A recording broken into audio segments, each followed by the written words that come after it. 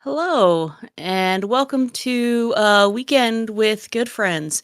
Whether you're watching this live from the future, or maybe after some terrible event has eliminated 80% of the planet's population, or perhaps you're on another planet entirely, we're certainly glad you could join us. My name's Miranda, and I will be moderating our panel on science fiction and post-apocalyptic horror today.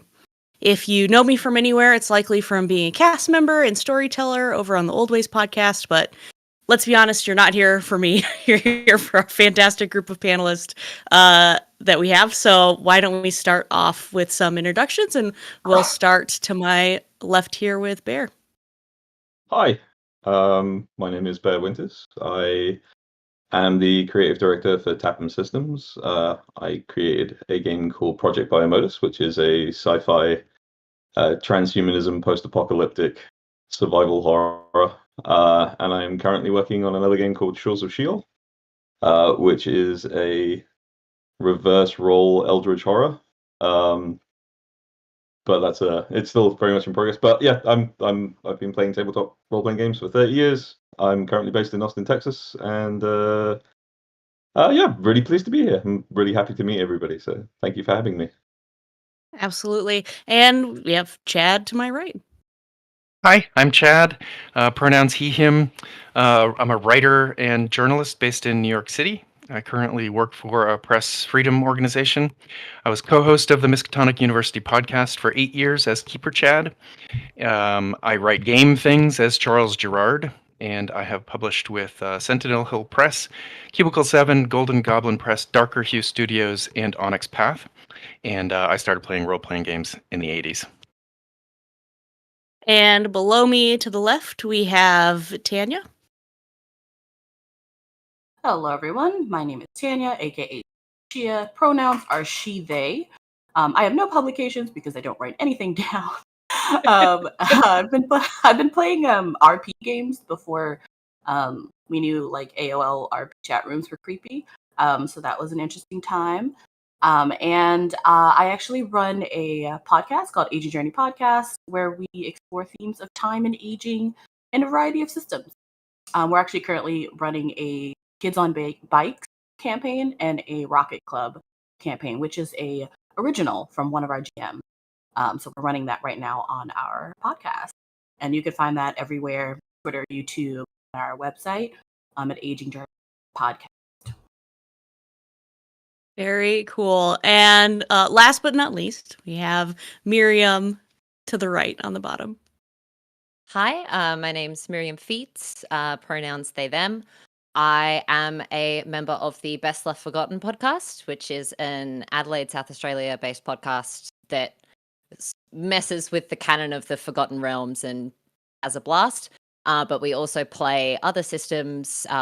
We've done some Call of Cthulhu. We've done a few sort of GM-less things, and we're currently working on another horror piece at the moment. So we definitely dabble in everything, and I'm stoked to be here, definitely in very auspicious company.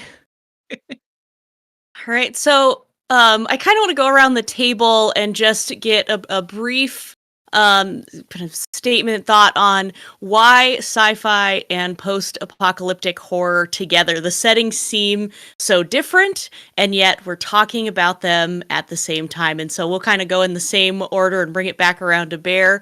Bear, why do you think, why group those two things together? First off, I very rudely forgot my pronouns in the introduction. I'm he, him as well, so my apologies, everybody. Yeah, so sci-fi blends very well with post-apocalypse because post-apocalypse is something that's always been in the future for humanity. I feel like humanity's never really encountered an apocalypse.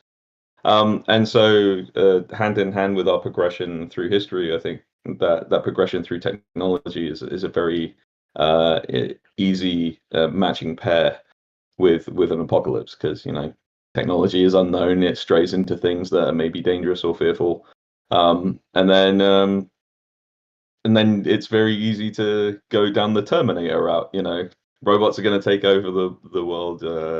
Humanity's going to discover faster than light travel that destroys the atmosphere. There's a lot of really good mistakes that can happen with technology. It's that warning of should man play God, or should humankind play deity with technology. That just fits it very well. It's a very common fear in encroaching technologies, I feel. Yeah, what do you think, Chad? Right. I don't know that this is a definitive overlap, but one I'm really interested in is how both genres critique civilization. So, on one hand, you have what happens when civilization is disrupted, what happens when the systems that we have stop, and what do we rebuild. So, it's kind of about what humanity might do automatically, whether it's, ending up in little communities or ending up in, authoritarian Mad Max style warlords. And then with science fiction, there's often a critique of civilization projecting far into the future speculatively, but it's really about the systems that we have now and critiquing them. Yeah, absolutely. And Tanya? Let me make sure I'm mute. Yeah, so I play a lot with time, and in theory, the way that we kind of understand what the apocalypse is going to look like is usually based on where we are right now and how we're messing up the earth and our systems and all of the thoughts we're having about the way that we want to use technology, abuse technology, and how that's going to come back and bite us in the butt a couple of generations down the road. And so that's kind of how I actually create like my understanding, and when I create worlds, like we're going to get to an apocalypse eventually. But then when I'm playing through time, let's see what happened in 1997, and then let's see how that happened or how that's changed in 2025, and then let's see what the outcome was that we all know we're going to get to. So I kind of see it as something that's always a precursor to the life that we're living right now, is the apocalypse. So that's kind of how I look at it. So I don't think I look at them as separate. I kind of look at them as two things that are definitely going to happen. They're just out of sequence a lot of All right. Miriam, what are your thoughts on sci-fi and post-apocalyptic horror together that kind of overlap there? I think they both have very similar approaches to sort of the question of humanity. Like, I think a lot of the way that sci-fi drives and a lot of the way that post-apocalyptic sort of stories drive is how does humanity take shape in circumstances that we haven't sort of yet comprehended. So with sci-fi, that's often evolving technologies or societies or sort of space and aliens and creatures that we sort of may not yet have confronted. With post-apocalyptic sort of stories, it's the way that everything has obviously collapsed in on itself or exploded out on itself, or how the landscape has just fallen apart. And I mean, these are things that we can't comprehend, that we haven't come across yet, but we want to understand how we'll still be human within those circumstances. And I think the questions of how that work sort of overlap very strongly with the two genres. Absolutely, yeah. And in our pre-panel discussion on what we wanted to talk about, there were a lot of different themes that we wanted to dive into that people were interested in that overlapped in both of these. And so we'll kind of get into the meat and potatoes of that. And I think kind of an overarching place to start is something that came up in our chat was that there are a lot of examples of when fears of our modern time are reflected in horror. So if it's radioactive monsters in Godzilla reflecting the fear of atomic power, or alien invasions being popular during the Red Scare, how do we harness the contemporary fears of people and reflect them when we're writing or playing or building these post-apocalyptic and sci-fi horror games? And I'll kind of leave it up to anyone to jump in if anyone wants to get us started.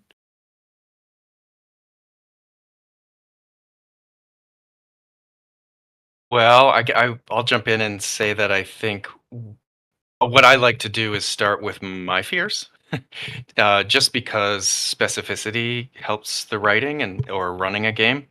And so there's there are lots of things that are reflected in movies that we see right now. I just saw Dune and saw a bunch of previews last night, and because I was doing this this podcast, this panel, I was thinking, oh, well, there's apocalypse there in Godzilla. There's like the awakening of natural forces, and there's even the language that people are using is like, oh, that's about climate change, obviously, and oh, Twister, we're doing Twister. That's obviously about catastrophic events and weather and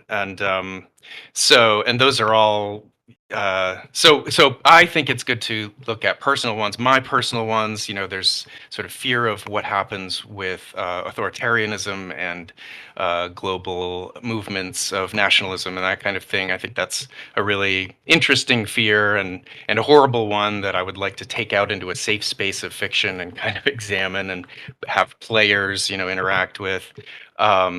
So there's that kind of thing, and also fear of natural catastrophes and the increasing power of natural catastrophes.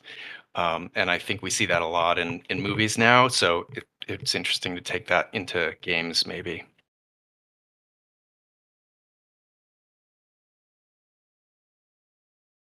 So,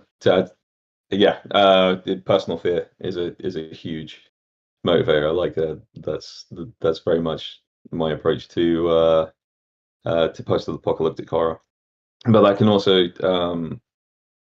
expand to things like missing comfort that we all take for granted. I mean, for those of us here in the US, healthcare is already somewhat of a problematic event to get hold of in a lot of cases, and that is a very real fear. And in the post-apocalyptic world, the idea of like a small injury, if there's no antibiotics, if there's no medication, that very real fear of long-lasting injury or chronic sickness becoming completely untreatable becomes much more apparent in those scenarios where there is no infrastructure. But it's also when you come into a fear of how other people react. When you see someone in the throes of desperation, what will they do to help themselves survive? Are you less important to that person than their need to carry on? And as you continue that dynamic with people, does that shift change? Does their desperation override the bond that they have with you? And that's a very real human component of the post-apocalypse that I think you should get a lot of focus. You see that a lot in zombie apocalypses. It's just my best friend suddenly wants to chomp on me and eat my brains. So that's I think that's a very incredible take on horror that post-apocalypse runs on.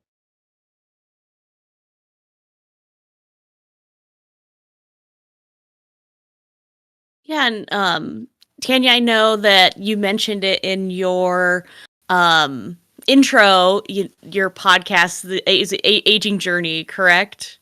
That and it kind of came up in our pre-channel chat too about the concept of aging and how that's impacted when we look at these long-term, whether it is infinite life with some science fiction or death and facing death in some of the post-apocalyptic and even sci-fi settings too. I'd love to hear you talk more on your thoughts about some of that as it is a fear for all. I mean, aging is a fear that is inherent throughout society, I think, that's reflected a lot in science fiction and horror in general. Yes. So speaking of, using your own internal fears to examine things when you play games, it's really. I started the podcast because it was really focusing on the fears of control or the issues that come with control or trying to control. So one of the things that I always fear that I play a lot of games around is the idea of a utopia, because usually that's actually an apocalypse. It's just, it's hard control. It's oh well, we know what's best, whatever the paramilitary or hyper religious like organization that's kind of owning everything. that utopia ideology that is actually like really like painful and hurtful to the individuals that are actually living in that society. And one of the things I like to explore is, well, what would aging look like if people had control over how everyone ages? So like how much time you have left on the planet. And that's actually the game I'm playing right now that will, I think, go up in June, I believe. I think it goes up. But it's all about, let's say it's the future and everyone has a certain amount of time that they have left, but it's based off of an algorithm that an organization creates. And it's kind of like what's that movie with Will Smith? Is that iRobot? Yeah. Thinking of? But what's so interesting about that I really loved were like the 3 laws that the robots had to follow. I really enjoy looking at rules that are made for certain levels of society for society to follow, knowing that they're going to be broken, knowing that you can't contain, human expression and our psychological wants for long, and seeing the explosion that comes from that. I think that's one of the reasons why I think a lot of people are liking Dune. It's really telling some really difficult. It's really having some difficult conversations, but in a future or in a like post-apocalyptic. Mad Max does the same too. They really talk about some really fascinating ideas, and I hope that like looking at age from a different perspective, like looking at age instead of like what aging looks like for us today, let's explore how aging could be kind of worse in a lot of ways. And maybe that'll help with the current anxiety we have about it. I don't know if that's actually working, but that's my goal. No, that's super interesting. As you were talking about it, you brought up iRobot. I was thinking of the movie, is it In Time? With Justin Timberlake, where Yes. everyone has an amount of time and you can trade time, and Yes. the rich get more time because they buy Mhm. or steal time from people, and the poor are just trying to stay alive, essentially, and find ways of you That's make time at work, and yeah. that's exactly what it is actually. My players are actually playing the enforcers. So they're playing that middle morality of being a human and understanding the importance of time, and then being the enforcers to make sure that people don't abuse it, but seeing that it's going to be abused. And then what do you do when you are the person that gets to make the decision? Do you go Judge Dredd, be the judge and the executioner in that moment, or Wow. do you follow the system's protocols? So their first episode was rough. It was enjoyable. Yeah. I think there's definitely some fun morality stuff that can come up Mhm. in these settings, yeah. The first movie that came to mind when you were describing it was Equilibrium with Christian Yes, Bale. that's a good one. Yeah. Mhm. Like the society telling people how they feel and how they can, like, they're not allowed to enjoy art and stuff, and that that resonates. That feels Mhm. oof.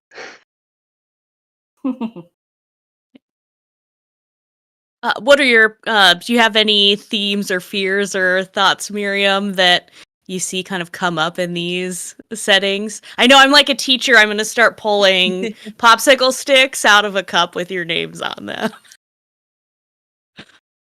I think, I don't know, for me, I'm very interested in sort of like, there's in like the existential fears in sort of particularly in science fiction, and in sort of the way that we have to come to terms with a universe that, like, because I think there's a lot in sort of stories of sort of like with all of the things we were just talking about with very restrictive societies and stuff like that, where there's a level of feeling like you can still do something, or you can still act against it, or you can still sort of have some kind of I'm like some kind of way to sort of grasp on and say, I can make a difference and I can do this and I can do that.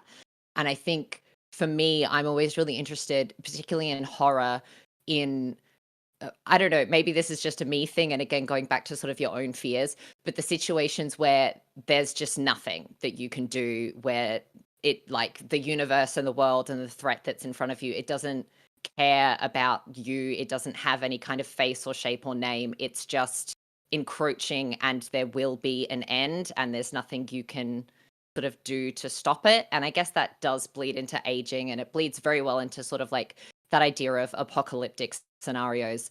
But yeah, and I think especially when it comes to like TTRPGs that are entirely designed for you to be able to interact with and change the world, I find it really interesting to then play with how do you make your players in a system that is designed to give them like the ability to act. How do you take that away in a way that still gets them sort of involved in the game, but also introduces this idea of there is a force that will enact its sort of death and destruction, and there's nothing that you can do or change or sort of shape about that. And then what do you sort of, how do you come to terms with how that shapes what you can do and who you will be in those scenarios?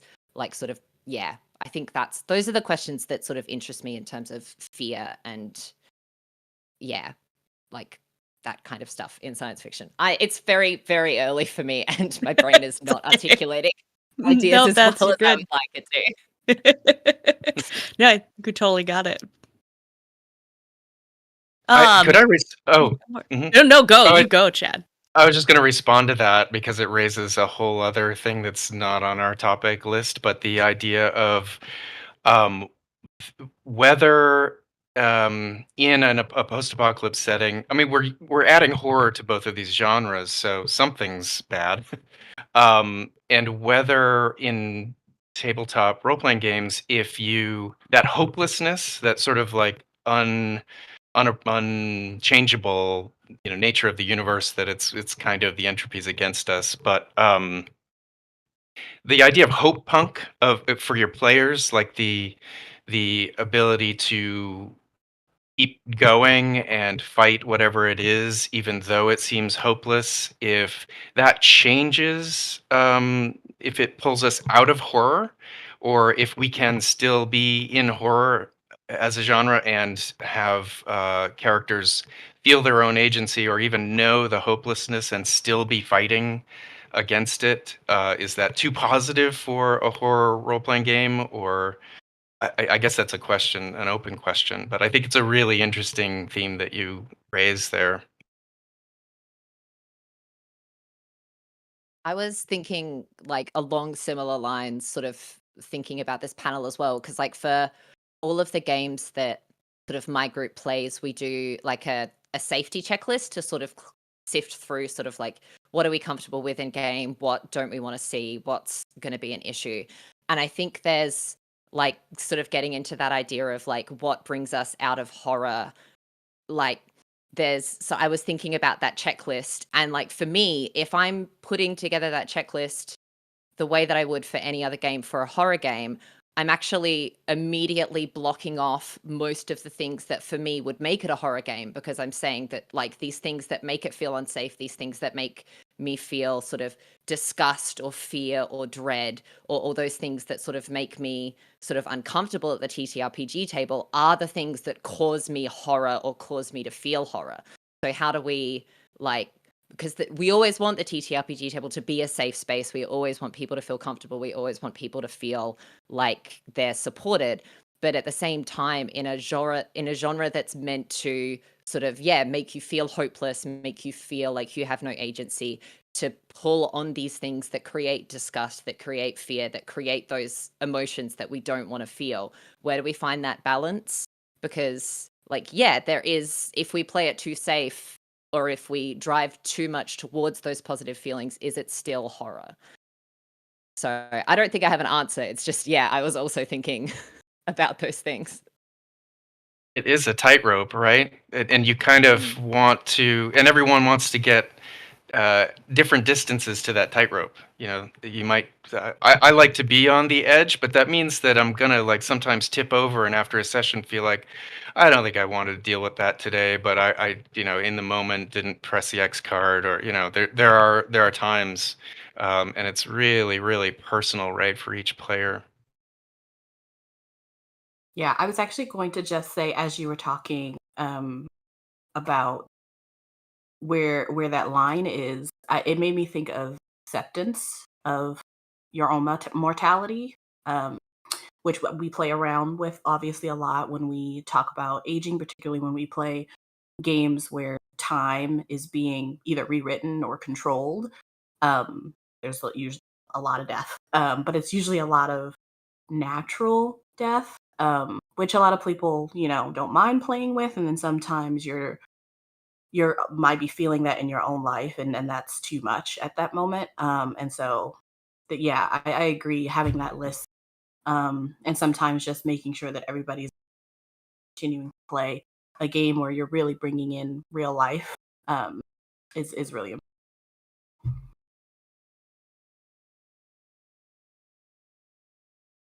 important. Bear, do you have any thoughts on this balance between it's, giving players agency, but also like horror is a big part of horror is despair.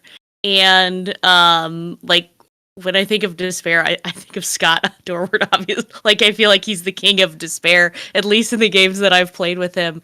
Where you feel kind of hopeless, but you still want to try to fight. And how do you bring that out in players? And that was a long, convoluted question. So really, answer whichever one of those questions you want. No, I like the thought process because for me it's about frames of reference. So on the grand meta scale of the setting, there might be a meteor like descending upon it, and I'm just making up a scenario. It's not based on a whole game, but like there's a meteor that's gonna hit Earth. Everybody's gonna get wiped out. There's gonna be another ice age. Humanity as a whole is doomed for failure. That's the big kind of frame. Now, when you shorten down that frame to like a country or to like a county or to a city or even down to a family, there are things that you can explore within that frame of this much bigger scenario that I think can inspire a lot of hope. Families coming back together, estranged siblings or something finding a cause to fight for. Even something cathartic like getting revenge on someone who's hurt you. Like it depends on what you're obviously like safety tools are incredibly important to the table. And some of those topics are going to be very hard, and that's why it's important, I think, that when you are a horror storyteller, like a DM, you have to be very good at pivoting around those topics, and that's a challenge for anybody who runs a game. But I think if you can find something that everybody is okay with, like a dark or even like horrifying subject that people are willing to explore at the table, you can put that in the frame of reference around something smaller. And I think that's where you can pull hope from that in the face of absolute despair. Because like even though we know that things are going to end in 48 hours, at least I can resolve this personal story of mine within that time frame. And I think that's where because then you've got a little bit of desperation in there as well from the time limitation. And again, you're not going to make long campaigns out of a situation like that. But I think for as far as like cathartic, fulfilling, like even therapeutic role playing, you can help someone kind of find some closure in the theater of the mind. In those smaller frames, so that's how I would bring hope into an otherwise hopeless situation. Yeah, you actually kind of touched on a topic that I wanted to talk about today because I have run some sci-fi horror games, a lot of like homebrew, like in a system, but homebrew story. Teens in Spaces is one that there's a complex setting that it's sometimes like post-apocalyptic horror and sci-fi, just me as a game runner. And I feel like a lot of GMs or writers may feel this too, that the scope of it is so hard to wrap your mind around with how different and unfamiliar it can be from just what we experience every day. And without having like this, 200-page book to read through and get this whole setting, like how do you get players immersed in a setting when you're running or world building with this kind of massive scope? How do you play with scope to get players into an immersive and believable world that is different from ours but also familiar?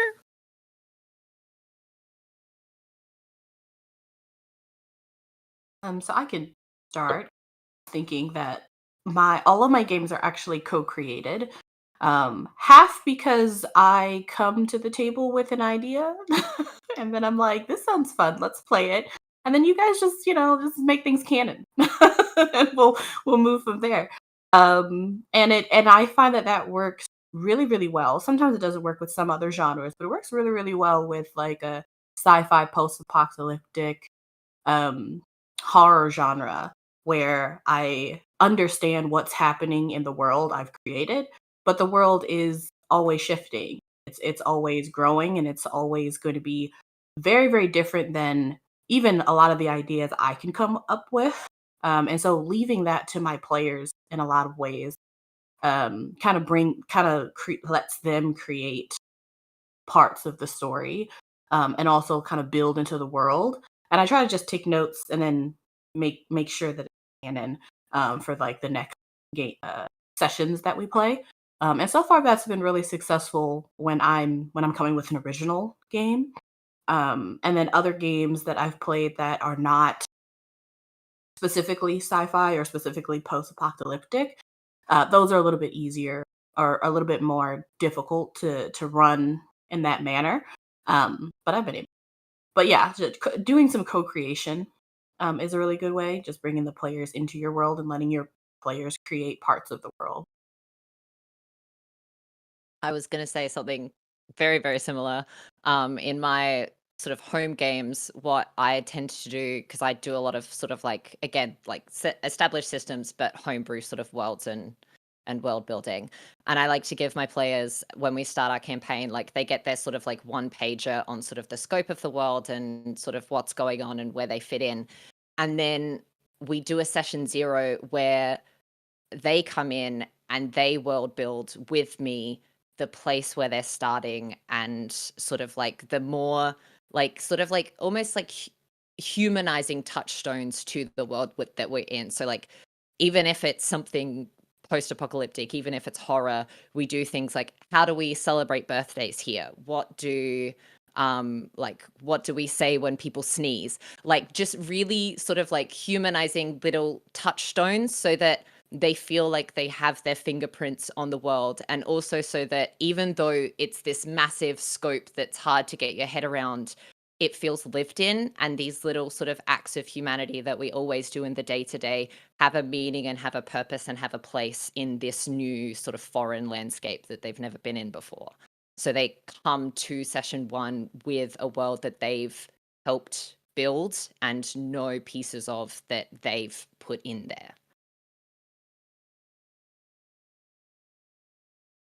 I would like to back up what everyone has already said. That player-facing approach is great because then you just know what your players care about in this world. So you can build those facades around it. It's such a great approach. I also what Bear said about the framing, I think making it small is key.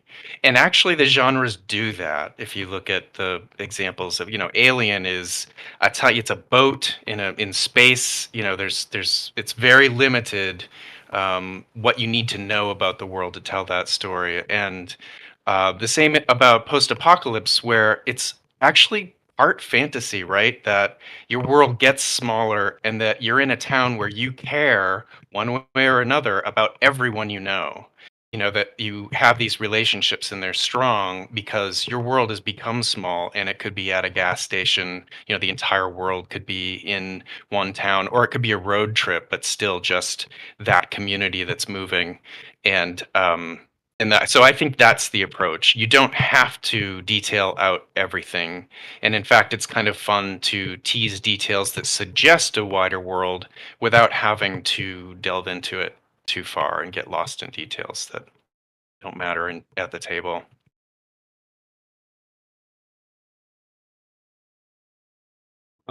on for my experiences with trying to get people into a world that I've written, it helps to provide, I find, the storytellers, like the narrators of your story, like tools to help their groups like understand that world as well. Like if you can be passionate about the world that you're writing about, that helps a lot. But engaging all of the senses when you're describing it as well.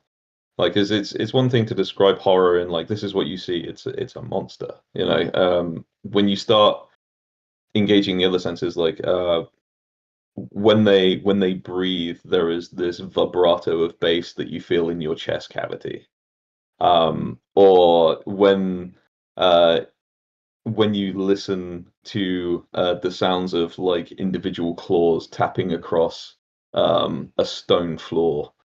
You know, having engaging all of those senses in your descriptions of that world can really help bring them into it, rather than just kind of reading out like this is what you see, this is what you hear, and it's very sort of generic. Having like bring it again, scaling it down again to their individual senses of like it's this details and minutia helps with that involvement, and that can apply to worlds as well. Like if your post-apocalyptic world has very little atmosphere, like the feeling of not being able to catch your breath, and describing that like medically, having some kind of feeling where, you know, it's like you've just run up a hill just by taking a step, like 15 steps. Something that they can relate to, I think it helps bring them into that story. So again, micronizing it down to individual kind of experiences, I think helps. Fantastic. And now that you've all helped me be a better GM, personally, this question was personally about me. I want to go back to some of those themes that we kind of discussed and how they apply to the two different settings. And one that came up, and I feel like it's I mean, honestly, it's all over the place right now, is AI. And I have always thought of AI as future sci-fi, and you know, Tanya, you bringing up them being one and the same, I'm like, oh my gosh, she's absolutely right. Like they're one and the same. So that was one of the themes that we talked about. I'd love to hear you guys kind of bring in how you could incorporate that into a scenario, how you could incorporate that into horror for your players, because it is something that's so prominent right now that we all interact with on a daily basis. How can we make it more horrific than it already is?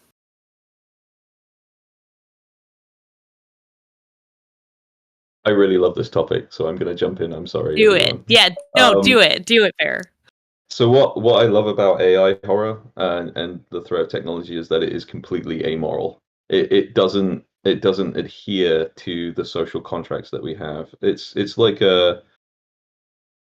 if you took a spider and you gave it human-like intelligence, that spider is not going to suddenly develop compassion. It's going to do what it wants to do, which is build and eat.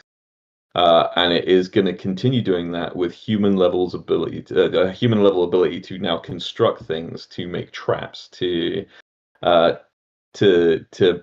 bring things in and consume them, and continue going in the same way it was. And AI is very similar. If you don't give AI the ability to feel compassion or human interaction, or kind of introduce it to that social contract that we have of maintaining the good of society, then yeah, you're going to get someone that's just going to look at its core function, and that can be incredibly dangerous. Like there's a story about how there's an AI that's designed to build paper clips, I think it was, and its only program is to build as many paper clips as fast and efficiently as possible. So it starts to develop, and it starts to it creates another machine that's even better than it to create more paper clips, and then that creates an even better machine. And then it realizes that the only thing really holding it back from creating paper clips is, you know, it's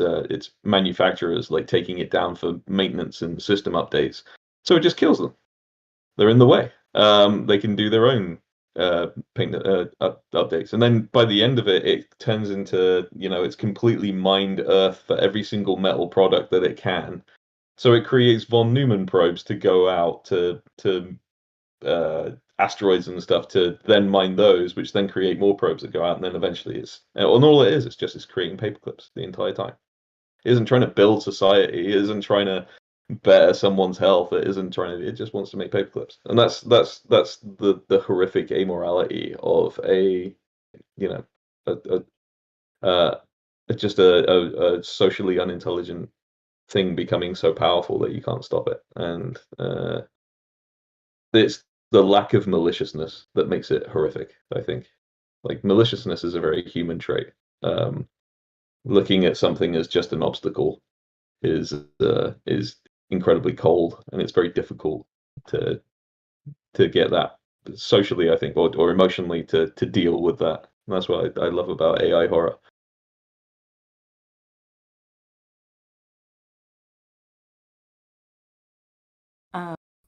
I'll piggyback off of that, Bear, and because I was, as you were talking, I was thinking of all of the ways that we then try to fix those problems. Like, well, if AI is going to be amoral, then let's give it emotion.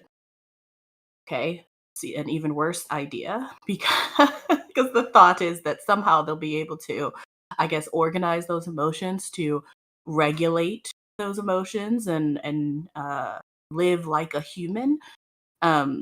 Which it's really interesting how humans look at ourselves as natural.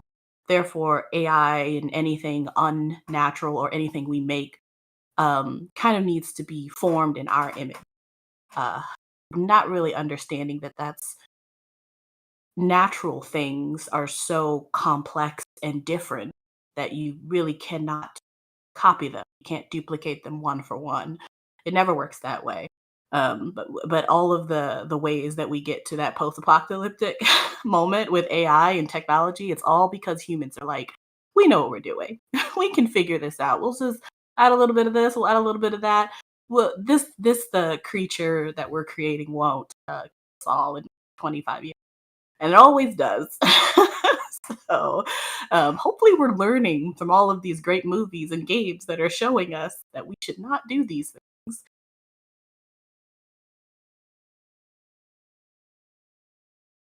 Yeah, Barry, you touched on humanity and things that are that we can't see that humanity and humanism in, that are unfamiliar, that don't have the that same like human quality that we have, and it ties into another topic that came up in kind of our pre-discussion, which was transhumanism and humanity, and when are we no longer the ones that are human then, and that being reflected back at ourselves.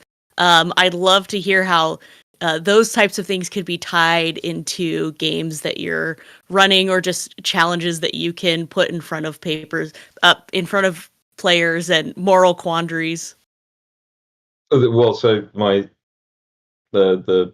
first and only currently published game is literally based around that whole premise. In fact, the reason the apocalypse occurs is not so much in the setting of this game, humanity creates nanomachines, medical nanomachines, to help them live forever, and it is something that's only given to the rich and famous. And there is this. Unfortunately, they kind of adapt, and they start becoming essentially sexually transmittable. So people are starting to get born with natural bioforges, and it sets them apart from humanity, kind of like how Neanderthals and humanity kind of fought in very ancient history. So humanity freaks out, tries to attack this new sort of breed of human, and one individual turns up and says, "Hey, I've got a great idea. What if I take all of these nano weapons that we've got in space and use that to convert everybody to these augmented humans? And to do that, it has to co-opt an AI to do all of the work." And so the AI asks a very simple question of the program, which says, "Hey, you realize there's more than humans in the world, right?" And the program goes, "No, I didn't know that. We should probably affect them too." And so this nanite gift / plague infects everything. So the entire ecosystem collapses because like humanity's wiped out in a couple of months. Pretty much every form of life either dies or evolves into something new, into this world that has no food chain. It's just a flat plane. Like if it can eat you, it'll eat you.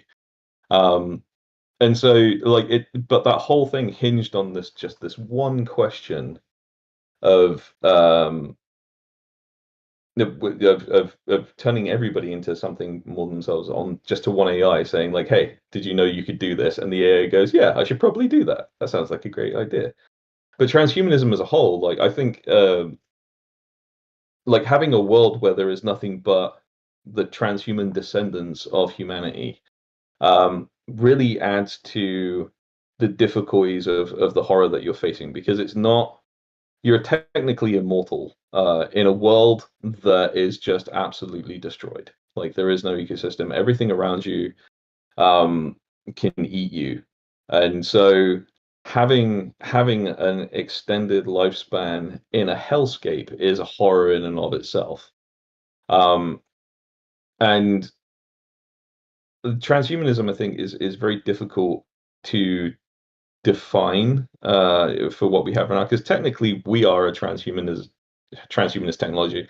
If you've ever had LASIK to correct eye vision, you're using technology to fix a medical issue permanently that you would not have been able to do without that technology existing. Your phone. I mean, how many of you now remember phone numbers? Like just by when I was a kid and I didn't have a cell phone, I remembered all of my friends' like numbers, but now I offload that onto a piece of technology. I don't remember phone numbers anymore. And that is a form in itself of transhumanism. It's just that line. Where do we hit that line of when we are a transhumanist society, and then what becomes of us as humans? And the idea of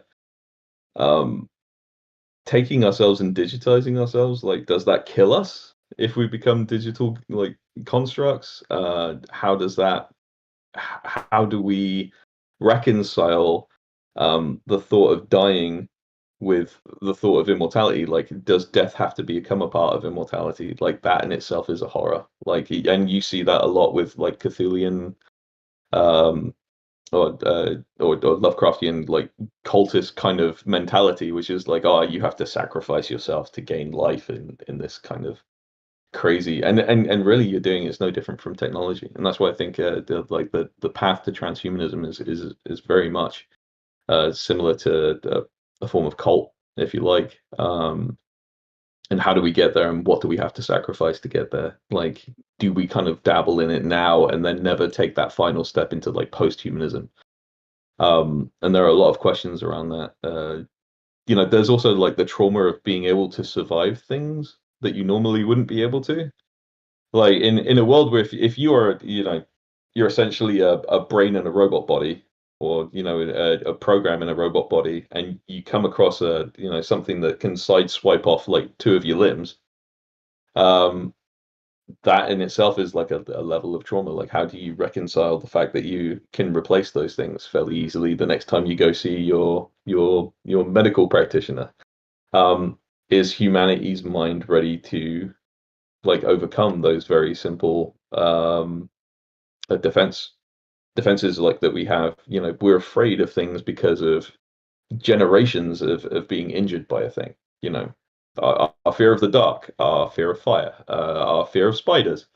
They all come from some place, and if you don't have that anymore, what are you afraid of? Like, how do we as a people adjust to those things? I don't know. I love transhumanism as a topic, so I apologize if I'm waxing lyrical.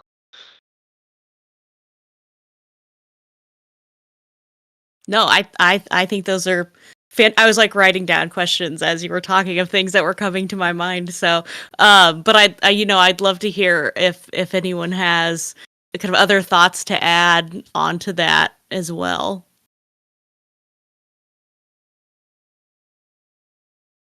Well, as you were talking, I was thinking of one of my favorite shows, which is Doctor Who. And if you're not familiar with Doctor Who, essentially what I love and I fear about it is the fact that this man or woman, or however they identify at the time, that what they do is they regenerate, it's called, but essentially they change bodies, and they also expel energy and then I guess gain new energy, and they are the same afterwards but not the same.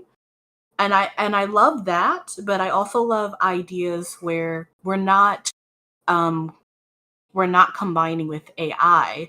We're trying to stay we're trying to stay human, but if we define humanity as what we are right now, in theory, if we ever figured out a way to transfer our energies to another body, would we then be human, even though we're in a human body?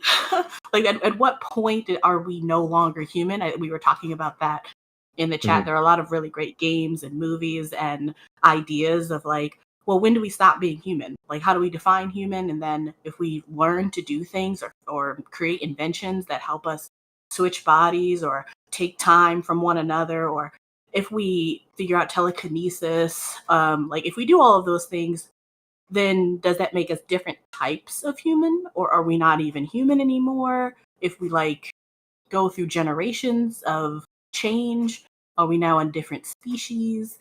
I think those are a lot of questions that movies about aliens offer, because it's an interesting idea to have another being with our same or usually more intelligence. And they might have some interesting abilities that we don't have. And I think that's kind of like our way of like dreaming about what a better human could be. It's like some of the alien species that we like to put.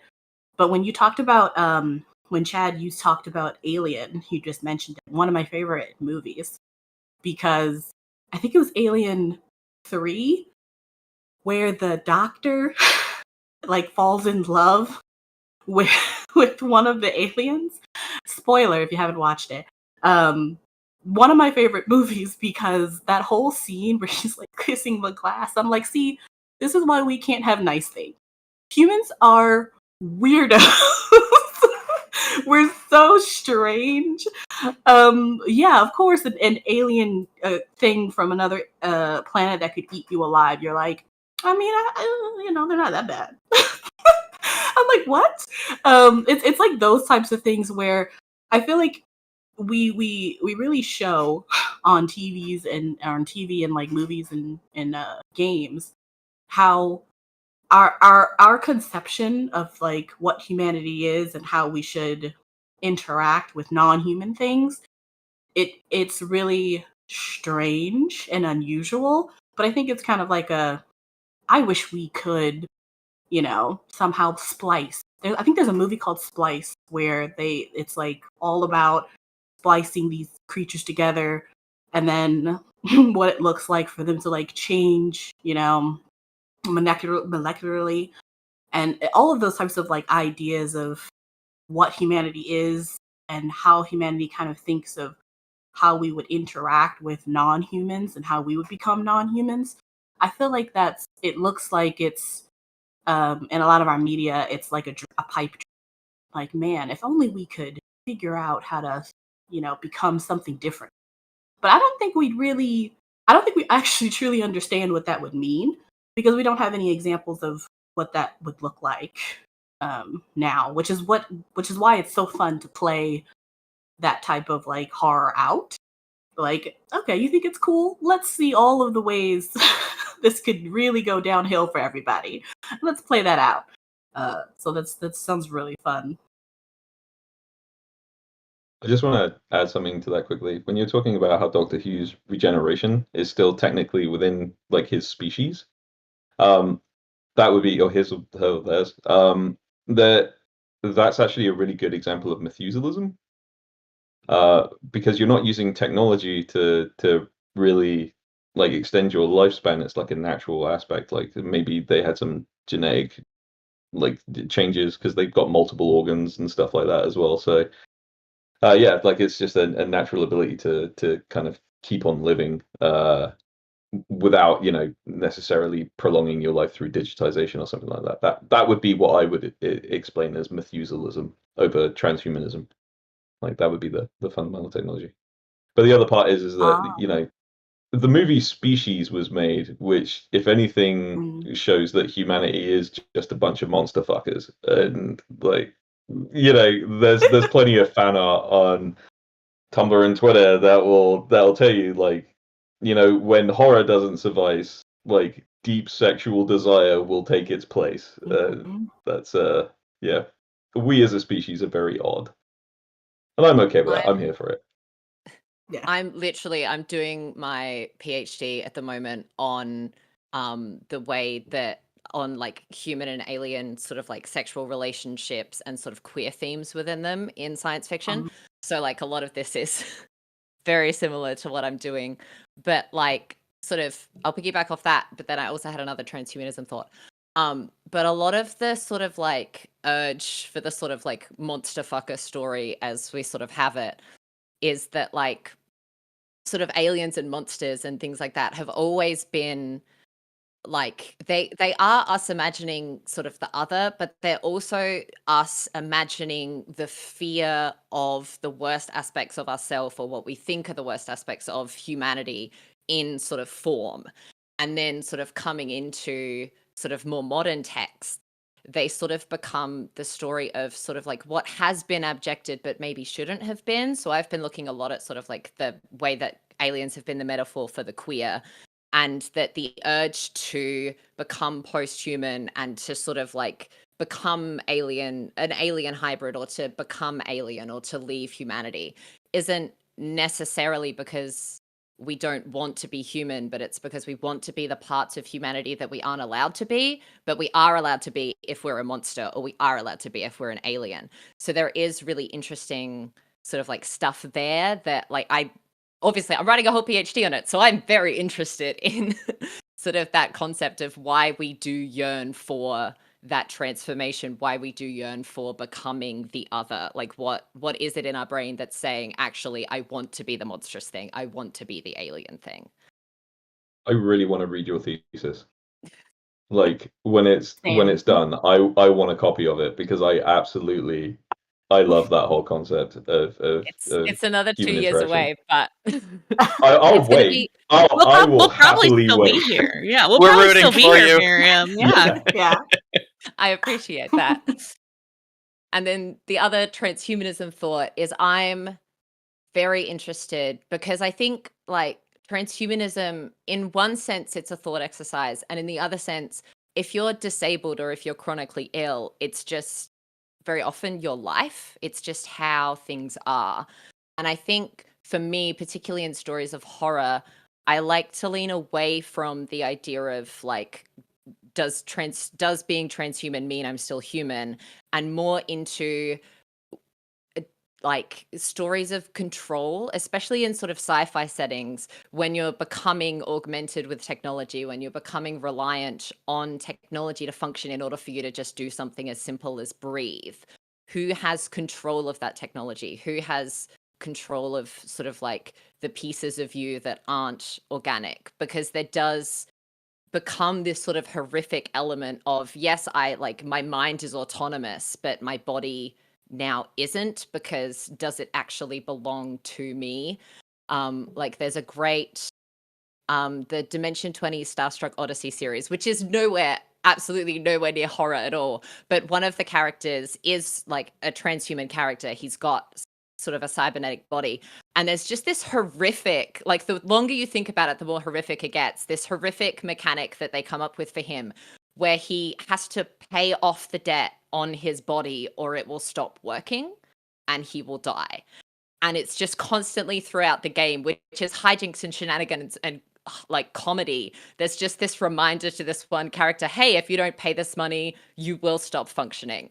And that concept of the fact that you wouldn't be in control, the fact that you wouldn't own, the fact that your bodily autonomy would essentially disappear because someone else would own you, is fascinating to me and horrifying. And I think a way that you can play with that concept without ostracizing people who may already have those, sort of be leaning into that transhuman concept themselves.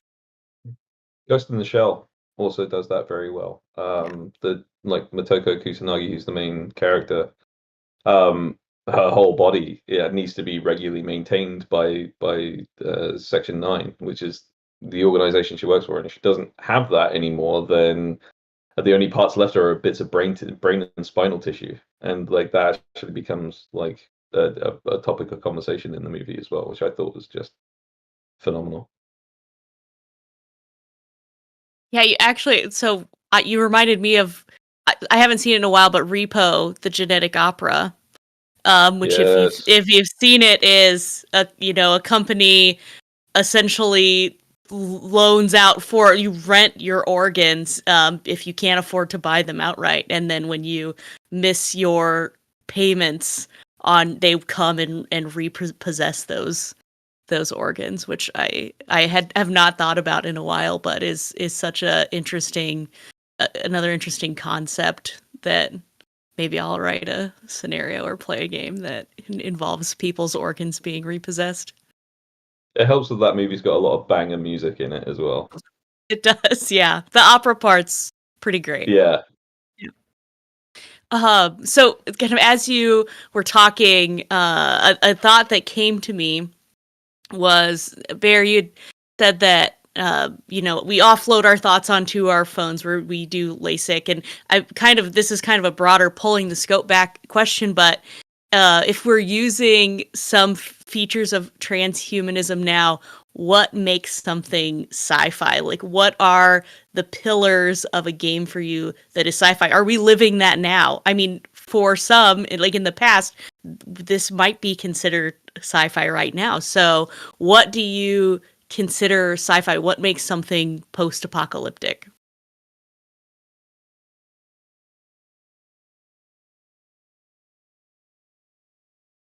I think it's a great question with a really difficult answer. And I think actually I've thought about this. We are in mid-apocalypse in many ways.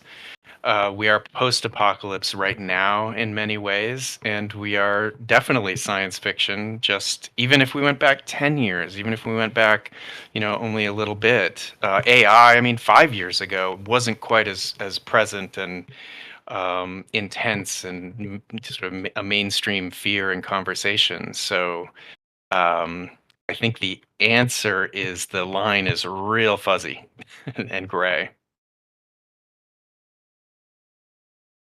I think for me, like, particularly with sort of sci-fi and post-apocalyptic genres, those stories are always about the moment that they're written in, or the moment that they're crafted in, or the moment that they're created in. Like, they're a very reflective genre, despite the fact that they think forward and despite the fact that they think about things that are to come. They're always trying to reflect something that's currently happening. So it's like, even like, we live in sort of that sci-fi world of high technology, but sort of I think everyone thinks they live in an era of greater technology than the one that came before, because they do. We particularly feel it because we're so globalized and because we've sort of done things that we didn't think humanity was capable of doing. But I think you're always sort of living in a moment that sci-fi or post-apocalyptic sort of stories are trying to reflect. And I think it's just about taking the one thread of it and carrying those consequences through to that place that they haven't got to yet, or to that place that we hope they never get to, really, is sort of the question that we're looking at. Like, how do you take sort of like what we've been talking about with transhumanism, keeping memories on phones and keeping, augmenting pieces of our body to make them function better. Where is the thread of where we hope that never gets to? Where is the thread of where we really fear that could become? And that's where you find the science fictional. For the post-apocalyptic horror, it's where's the thread of that leads to the world collapsing, and then how do we build out of it?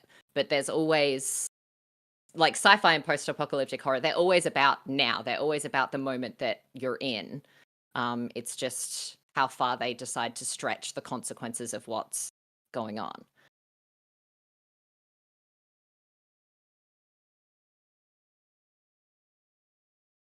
we've talked. So Oh, go ahead.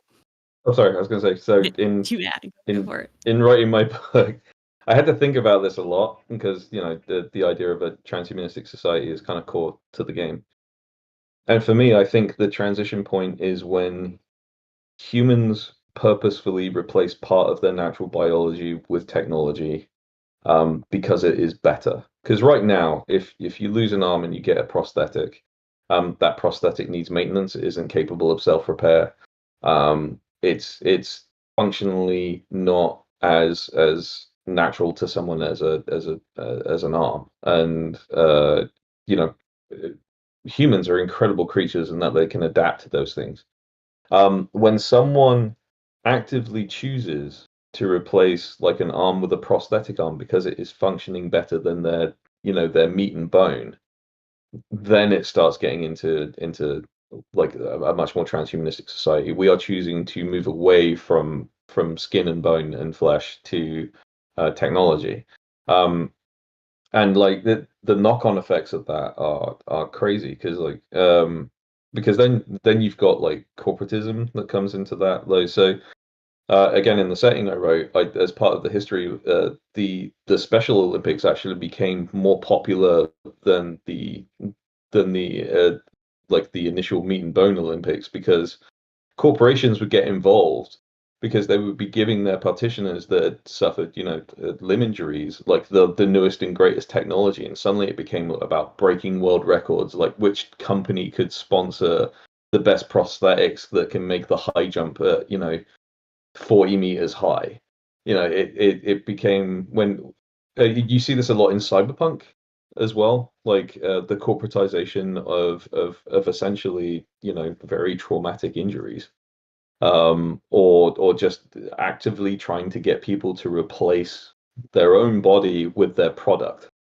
And I think that's where the danger starts creeping in, for the post-apocalypse side of it, because dystopian and post-apocalypse kind of ring the same themes. Dystopian is just a slower death. Post-apocalypse usually implies that there was some apocalyptic event. And I think I think transhumanism speaks more to a dystopian setting than it does to a post-apocalyptic one. But you can definitely make it work, with some nanomachine event or something like that. But yeah, that line is a hard one to cross, and yeah, when you start seeing commercials on TV for a better like a better pair of eyes, or when you start seeing Tesla commercials or like Neuralink commercials, this whole thing that Elon Musk is working on. When you start seeing stuff like that on your TV or on the internet, like that things are starting to like delve into that transhumanistic dystopian nightmare. um, so yeah, that's my line for me is purposeful replacement. Yeah, and we've talked about some pretty like heady topics, and I think that comes back to like some challenges that game runners and designers might face when using sci-fi and post-apocalyptic settings. So, what do you see as some of the challenges to this setting for someone that wants to write it, someone that wants to run it, someone that wants to design a game, or someone that wants to play in it? Well, I could just present a challenge and a solution that I was thinking about as others were talking about, which is to localize again and a call back to making it personal about what you are seeing in the world. To take that one thing and take it forward into the future, rather than try to create a whole new world based on all these speculations. Take one thing and what would happen. And something I wanted to mention, calling back to the AI discussion, is that so there are things about these themes that have been explored for decades that are newly with AI in particular that are new fears for me. I didn't expect AI to threaten artists. I didn't expect AI to threaten writers. I know someone who's a psychology professor who said, AI is a nuclear bomb to academia because there's no way to tell for his students what is from them and what is not. So how do you evaluate? It's completely changing those kinds of things. And that's not what, when I saw Terminator, that I was expecting AI to be the threat. And so I think it's really interesting to look at what we are newly what the new fears are, and to project those and keep it limited as a solution to being overwhelmed.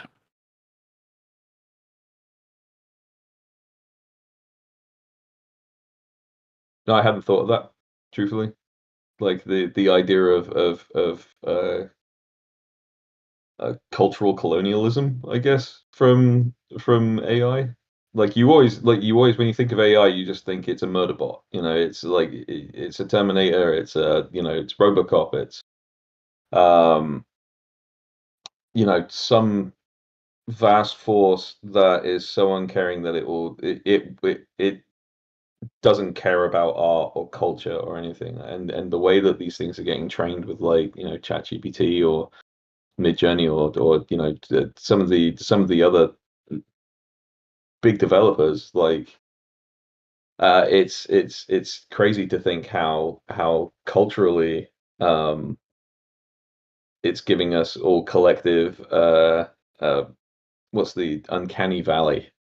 It's hard to tell when something is human and when it isn't, and maybe that is what that fear is you never expect it to come in and co-opt something that we find as fundamentally human, without the without the history behind it. It's very like that. Thank you for that, by the way. That's definitely that's put a new kind of thought bug in my head. I appreciate that. Well, I and with want to things- add. Oh, go ahead. No, I was just gonna say with things like with deep fakes, the question is what is real and what is not real becomes, up front and center. Can we believe anything? Exactly what I was going to say. In my world of journalism, the fear is high, and we are in an information apocalypse where it is increasingly hard and really already impossible to tell if a block of text is from a real news source, citing real sources with from a real interview, and there are really strong forces working against a rigorously reported narrative. So yeah, that's a big fear of mine, and it's almost too sensitive to play with in a game, but that is the line that I'm interested in playing with, and it's unexpected for sure, and a new take maybe. To sort of, as you've been talking about this, I've been thinking about sort of the question of sort of challenges in sort of creating these sort of worlds and turning these things into horror in games that make it accessible for everybody. And I think there's, like, when we talk about horror and we talk about fear, I think like fear is something that like you either feel about something or you don't. Like you can't, like in a lot of TTRPGs you can become enthusiastic about something, or you can become interested in something, but it's very difficult to become afraid of something that you're not afraid of sitting in a safe space. So I think particularly if you're playing with things like AI or you're playing with concepts like that, like there are people in my life who I'm horrified by as a writer and as someone who's doing a PhD and someone who wants to get into academia and into writing, the way that AI is going terrifies me. But there are people in my life who love it and who think that that's great and who are so astounded by the steps that AI are making. And so if you invite that person to play at your table in a story that's meant to present AI as a horror, you're not going to get a horror game because there's someone at the table who isn't in that fear that everyone else is in. And so I think when you're getting together, sort of whether it's in an informal way or whether it's in, you're planning to podcast or you're planning to live stream or in whatever capacity you're wanting to game with each other, I think particularly in horror, it's important to sit down first and to just avoid completely the challenge of having someone who's not there with you to say, this is the theme that we're looking at. If this isn't something that you can engage with in a horror sense, maybe this isn't, either we need to pivot or this just isn't the game for us to play together. Because I think for horror, if you don't have a common fear or a common worry or a common disgust or a common dread of the topic that you're talking about, even if it's just one person at the table who's not there with you with that feeling, you're going to lose a piece of the game that's really important. And so I think, like, for me with horror games, like, that's the first challenge, and you have to get over that hurdle before you even sit down at the table.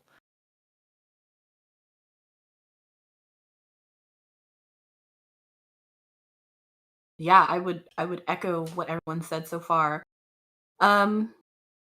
I think particularly when it comes to like AI and sci-fi and apocalypse, particularly looking at like dystopian that eventually causes some sort of apocalyptic event, and then we now have an apocalypse. Usually, the games I like have in my storyline. It's the real fear I feel that can kind of be applicable to almost everyone is the real life thing that we do as a society, which is how can we perfect our capitalistic society? And for a lot of people, that's like, well, that's a good thing. More business and more, technology and more, health services. And when you think of the word fix or correct, usually that means that you're trying to improve something, but there's always going to be a downside to what you're doing, particularly when it comes to things like AI. And the issue with humans is that no matter how much we plan, we often cannot account for the bad things that are going to happen in reaction to what we're trying to fix. Trying to fix something broken. Okay, we fix the broken piece. And then we start riding that bike for 2 weeks and then something else breaks. Like, oh, that's weird. Why would that break? Okay, well, we'll fix that, next week. It's not really hurting what we already fixed, and it's not hurting the whole system. So we'll just keep going until we need to fix that. Very reactive instead of proactive. Our entire society is and has been throughout all history. And I see that in how we make our world in sci-fi and the apocalypse. So when I'm sitting with my players, I like to engage them more in that, the kind of like how I talked about the campaign we're doing right now, in that sitting in that morality space of you're technically someone who's doing a job just like you would do now, and it's not a bad job necessarily. You're just trying to fix a problem because that's your job. Your job is to fix it. And then as they play the game, they realize that as they're trying to fix something, they're breaking more things, and that's actually causing harm and destruction in their wake. And then they have to grapple with the morality of that. And I feel like that is, if for a lot of people, horrific.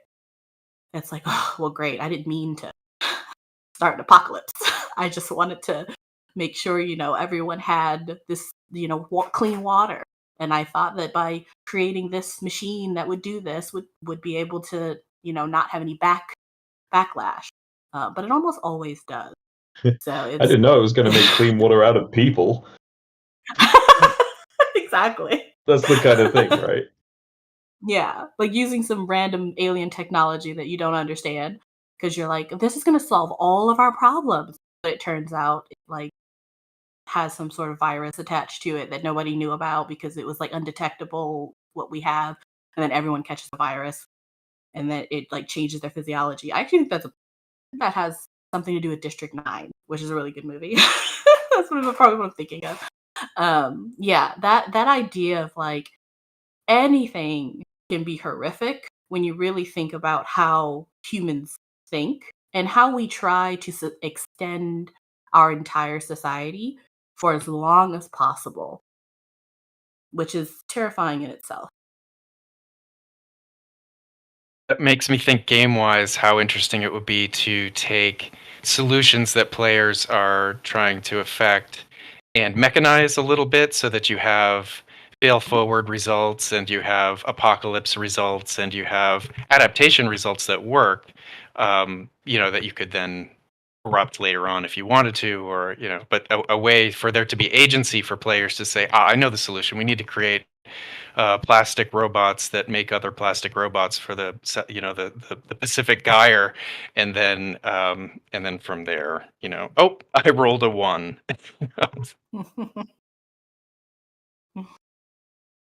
I think humanity is littered with examples of when it's just done something because it could rather than it should. Like the atomic bomb. Like, if any of you have watched Oppenheimer recently, like that is a very good example of someone doing something that they could rather than should. And I don't think that's going to end anytime soon. And my hope is that we have a little bit of time left before someone does something that they shouldn't have, and everybody pays for it. Like, because we're seeing that now, but certainly it seems to be dripped over time, and I'm hoping we still have a chance to fix that. But well, that's part of the horror aspect, right? Existential dread. Like, I live that every day. Bring it into the game. That's yeah, no, it's there's some, you're right, it's heady topics. That's the thing that I was thinking about with the Oppenheimer/Frankenstein model of horror, of the did it because we could, and then there are these consequences that now, with adaptation to climate change and various things, there's like we did it because we had to. We had to adapt to rising sea levels, but that created whatever cities with disparate water levels, whatever it is that we're in crisis mode, and so the technologies that we're coming up with untested, we're not really sure, and that happens in an apocalypse too, right? That you have to adapt in some way, but then you're going to have consequences rather than just curiosity, which is kind of a Pandora's myth going way back. This is probably a bit off topic, but as you were talking about that, Chad, it made me think of all of the like dystopian ideas where entertainment is still like the entertainment with usually more violent or like insane entertainment, but that still is like a societal norm. Like all of other society has broken down. We don't have clean water, we don't have fresh food, but everyone gets together in like a Coliseum-esque environment to watch a whole bunch of people like fight like a random alien, or like from, I think it was Day of the Dead, where they like captured zombies for like their entertainment. It's that idea and I think that kind of goes into why we like playing horror in like tabletop role play games, but it also goes into why a lot of people don't like playing horror. I've met a bunch of people that are like, oh, that sounds so interesting, but I couldn't like play a game where I'm role playing that type of horrific situation. Like, completely understandable. But I think that's one of the reasons why we like tabletop role play games in horror, is because the entertainment value is somehow sort of like twofold. It's both horrific but also really fascinating. And we all know, as we've said several times, that humans are weird, and we're all co-opting that. We're like, yeah. And I think that's one of the reasons why we like playing these types and why we get players.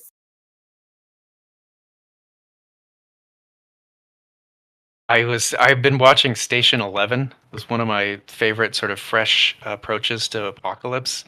And one of the things that they have in there is a whole section of a little community that becomes a Shakespeare creating theater troupe. And so the entertainment doesn't go straight to blood sport, which I think is fantastic and kind of likely. That I don't think blood sport could happen, but you usually have to have a big structure, a big Roman Empire style oppressive structure to do that rather than a small town that's like, you know what, life sucks. We're doing what we can, but we have a little agriculture now. Let's put on a play. And I don't know, there was room for horror and for that to be threatened too, as there is in the series. But it's interesting to not just do Mad Max all the time. Yeah. Yeah, I actually think Brindlewood Bay is a really good example of something that you can infuse horror and mystery into, but also make it kind of almost campy, which we all love a good campy horror. So I really really love Brindlewood Bay. Obviously, old ladies that are doing mystery in a small town. But yeah, I kind of thought about that when.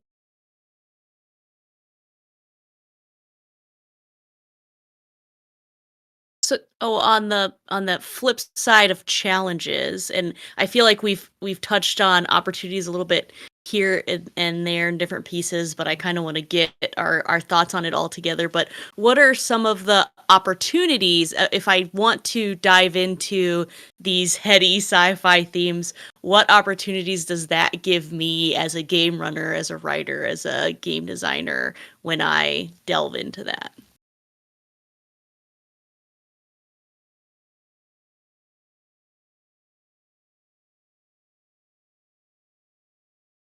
I think there's a big opportunity there for people to learn that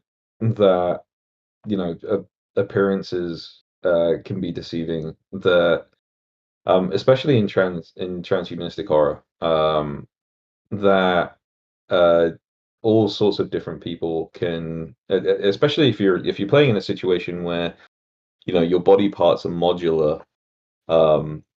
And you can just go down to the shop and change whatever aspect about who you are physically. That can help teach people a lot to be more accepting of people as they are as a person rather than how they look or how they identify. There's a lot that you can do there where people come together for a common cause in the face of abject horror and adversity that can teach people not just within that setting but outside of that setting, um, to find your family, find your chosen family, your little tribe of people that you would defend until death, that you put a lot of trust into. And I think there's a lot of opportunity to explore those themes for people. Um, but also sometimes it's cathartic to picture yourself in those scenes of absolute despair, to give some sort of light and hope to the situation that you have in your real world. Um, the situation could always be worse. We're not living in an apocalyptic nuclear wasteland right now, which is great. Thumbs up to that. We're not currently being assailed by zombies at our front door. There's a lot of things that you can teach people about gratitude for what we do have. And I think that's why a lot of people maybe go towards sort of like post-apocalyptic horror or post-apocalyptic media as a general. Um, it's a mixture of catharsis and hope, I think. Like sometimes you just want to see a country get hit by a meteor. Like, I watch a like Day After Tomorrow, The Core. The Core is such a slocky like Journey to the Center of the Earth movie, but I love it so much. Like it teaches you about people and like the interactions between the actors in that face of like with the people responsible for the if the world dies or not, and like just having that kind of again miniaturization of the setting of the frame. But like that can teach a lot, and I think I there is equal parts catharsis and hope that you can find in post-apocalyptic horror, and I find that very gratifying for me.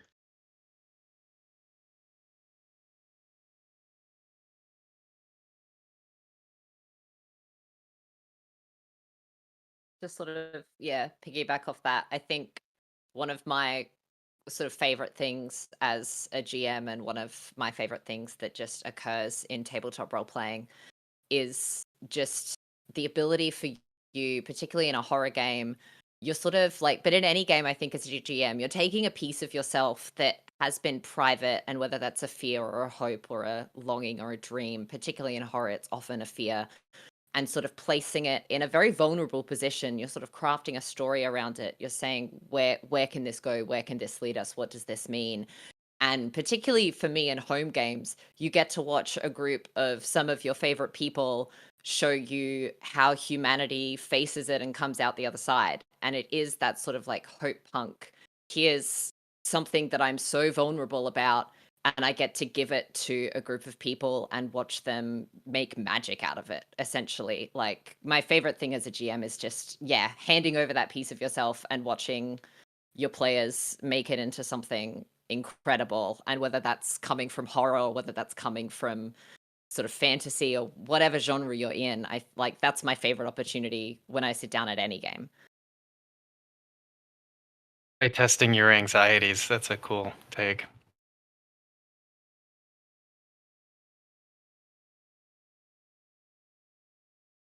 Well, we don't have a ton of time left. Oh, go for it. Go for it, Bear. No, I was just gonna exactly agree. Like I think that's a perfect way of putting it. Playtesting your anxieties is I really like that.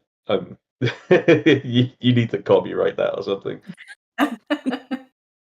I was also going to co-op that idea, which is the exact reason why I created the podcast to talk about time and age and figuring out how you can process your anxieties, but through a safe space and that's also considered like fantasy world.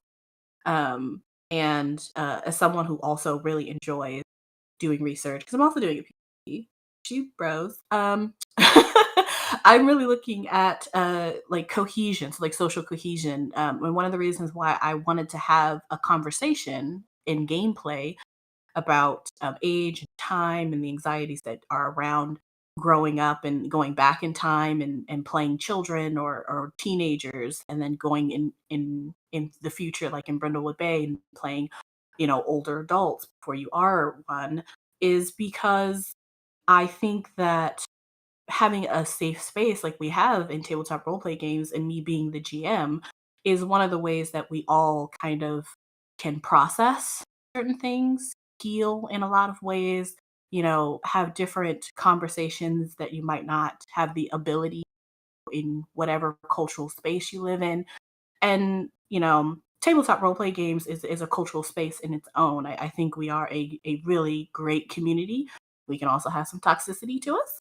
But in general, hopefully, when you find that good community, that's really important, because I always think that one of the reasons why we eventually always think that we're going to get to a dystopian future or an apocalyptic future is because we feel like our society someday is going to implode on one another. Like, we're just going to all turn on each other, or the corporations are going to all take over, and like the normal people aren't going to have any more say. And so I feel like spaces like these, where we are able to be safe and have our own like cultural conversations, really continue to create cohesive environments for ourselves, is what's going to sustain ourselves, so that we don't hopefully implode anytime soon. Amen to that. Definitely. Yeah, this art form of role playing is like nothing else.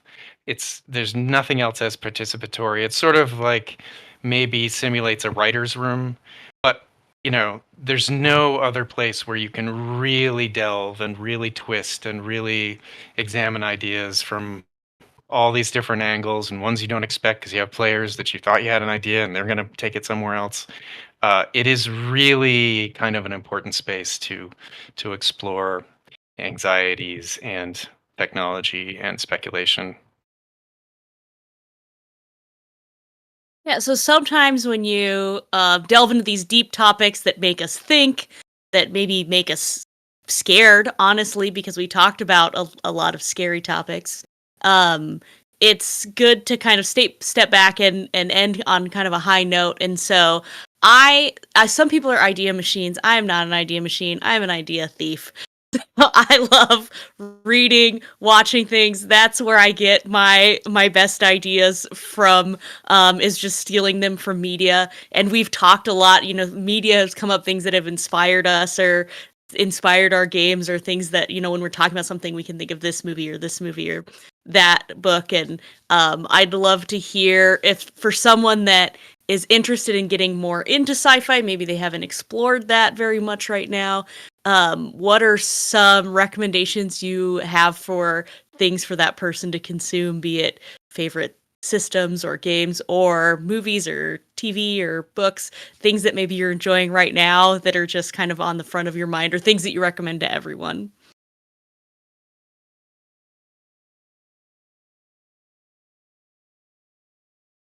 Do you want to everyone something or Sure, yeah, go okay? for it.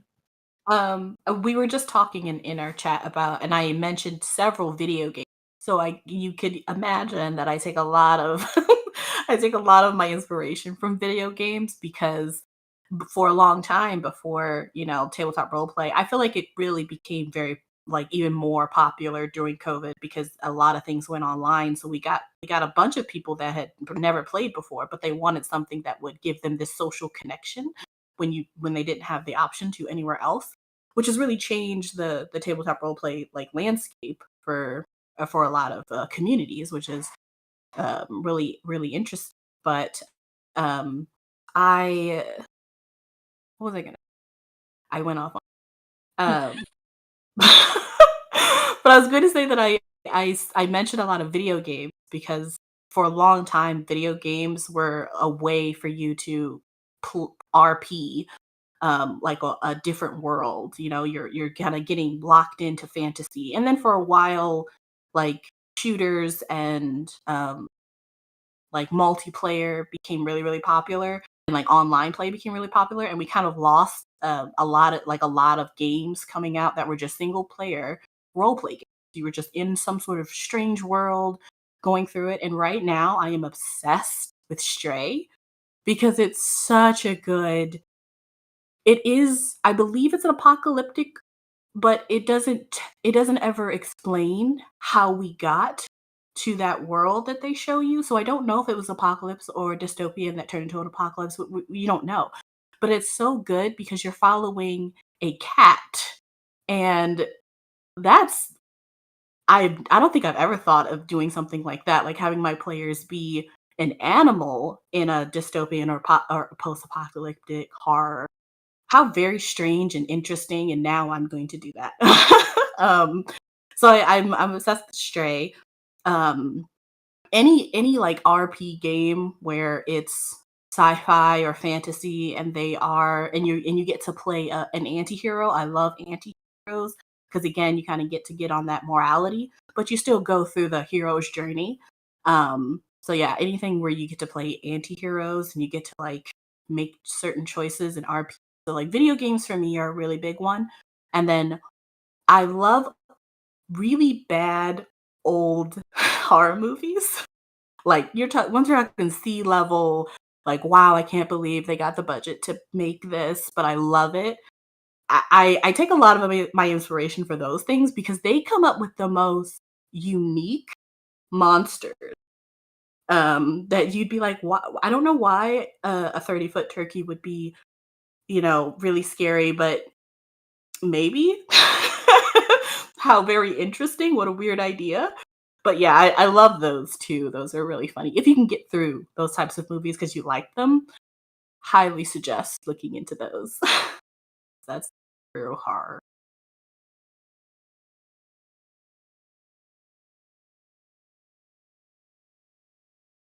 That was Yes, really nice, I guess. I was gonna say, to tag onto that, I think my biggest recommendation is Attack of the Crab Monsters from 1957, and that is a fantastic film. It's Chef's kiss. hilarious. Yeah, it's for how horrible it is, it's also amazing. So, yes, I'm right there with you on those old horror films that are sci-fi and schlocky and but hilarious, but also just fantastic. So, Also has the professor from Gilligan's Island. Is that right? Yeah. I'm very highly motivated by anime. It's my secret shame. But for post-apocalypse, I highly suggest a show called Fist of the North Star. That's a lot of I'm very much a high action post-apocalypse guy. So I love Mad Max. I love Fist of the North Star. There are also some really good dystopian anime. Cyberpunk Edge Runners is a really recent one that was really, really good. The game Cyberpunk 2077 is a fantastic video game. If you want to go into like a post-humanism kind of word, there's a game called Warframe that you can play. But anything like Deus Ex, any of those kind of like transhumanistic games are really great inspirations for like that dystopian descent into an apocalypse. But also music. Like music gets really like it needs more of a rep for me because when I'm writing, I will find songs that I can write scenes to. Like I do this neurodivergent like part where I will play the same song over 1,000 times, and I'll put a movie scene kind of to that song, and then I will write that scene out in a story. And every piece of like kind of fiction that I've put into books has been kind of using that process. So music is an incredible motivator for me for inspiration for horror. I highly suggest the Bloodborne soundtrack from the game Bloodborne. If you want to write some horror, that stuff is very motivating.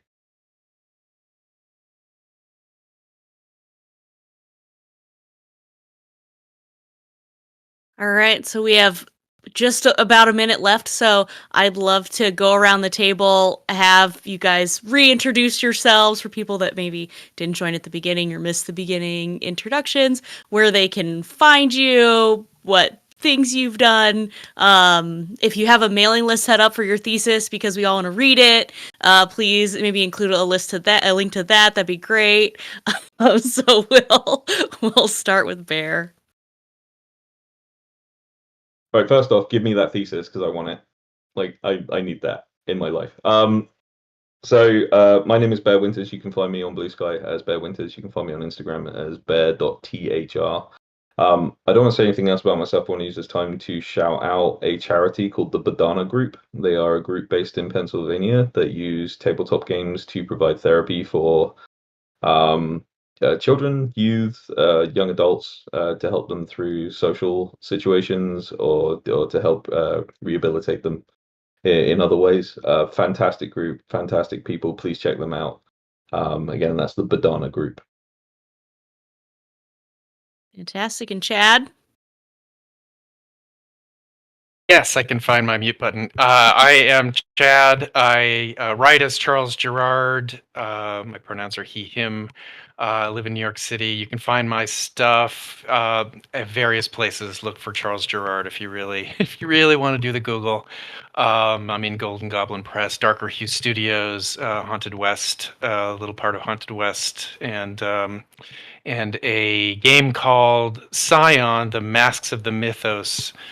Take on the game Scion from Onyx Path. I wanted a quick recommendation because I missed I was looking for her name. Abigail Thorne does Philosophy Tube, and she does an incredible piece on transhumanism that I think everyone should watch. And Philosophy Tube is what you should Google, and you'll find it. Fantastic. Thank you. And Tanya? My name is Tanya, aka Tia. You can find me actually with anything that's called Aging Journey Podcast. That is my podcast. So it's on Twitter and our website and YouTube. And I don't think you can. We don't have. So you can find me anywhere there. Again, I don't unfortunately write down any of my scenarios. I've been told to do that, and I'm trying. I'm working on it. So as soon as I get them out, I will get them over to wherever they're supposed to go. I don't even know how that works. But okay. Bears like me. Also, we're an open community server. Like it's the point of the Agent Journey podcast is to invite communities and players and GMs who want to come and play on the Agent Journey podcast with some sort of strange and unusual theme of time and or growing up and aging in a horror theme. So feel free to come on over to the Discord. We're open. Let me know if you want to run a game, get some players together. It'll be a fun time. And Miriam. My name is Miriam Fietz. You can find me on Instagram as miriam.feets. Feel free to DM me if you're looking for that thesis, but it's still another 2 years away. And then I am a member of the Best Left Forgotten podcast. You can find us at Best Left Podcast on Instagram and X. And give us a listen. We occasionally dabble into horror, but we're mostly sort of a parody hijink shenanigans of the Forgotten Realms. So if you're looking for some high action comedy in your life, check us out. I always am. And I'm Miranda. I was your moderator. And thank you all for joining us. Whether you're listening to this in the future or you are in the future or the past, or if the world has ended, we appreciate you joining us.